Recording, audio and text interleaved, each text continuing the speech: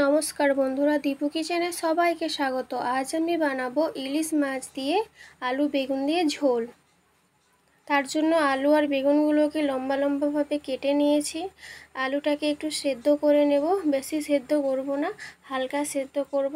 তার জন্য একটা পেনিতে আলুগুলো দিয়ে হালকা জল, একটু লবণ দিয়ে গ্যাসে বসিয়ে দিলাম। হালকা সেদ্ধ করে নেব। কিছু মশলা পেস্ট করে নেব। সর্ষে জিরে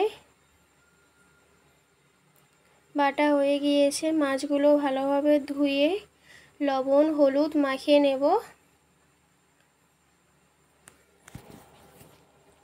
ভালো করে মাখিয়ে নেব। মাছের মধ্যে লবণ আর হলুদটা যেন ভালোভাবে লেগে যায়।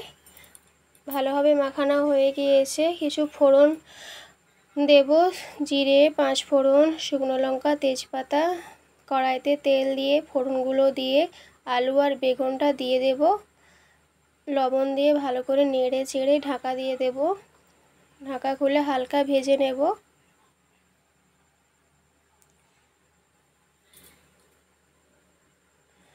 হালকা ভাজা হয়ে গিয়েছে। বাটা মশলাটা দিয়ে দেব। আমি অফ ক্যামেরায় লঙ্কা, শুকনো লঙ্কা, কাঁচা লঙ্কা বেটে নিয়েছিলাম, সে একসাথে দিয়ে সামান্য হলুদ দিয়ে দেব। মশলাটা ভালো করে কষিয়ে নেব। কষানো হয়ে গিয়েছে, জল দিয়ে দেব।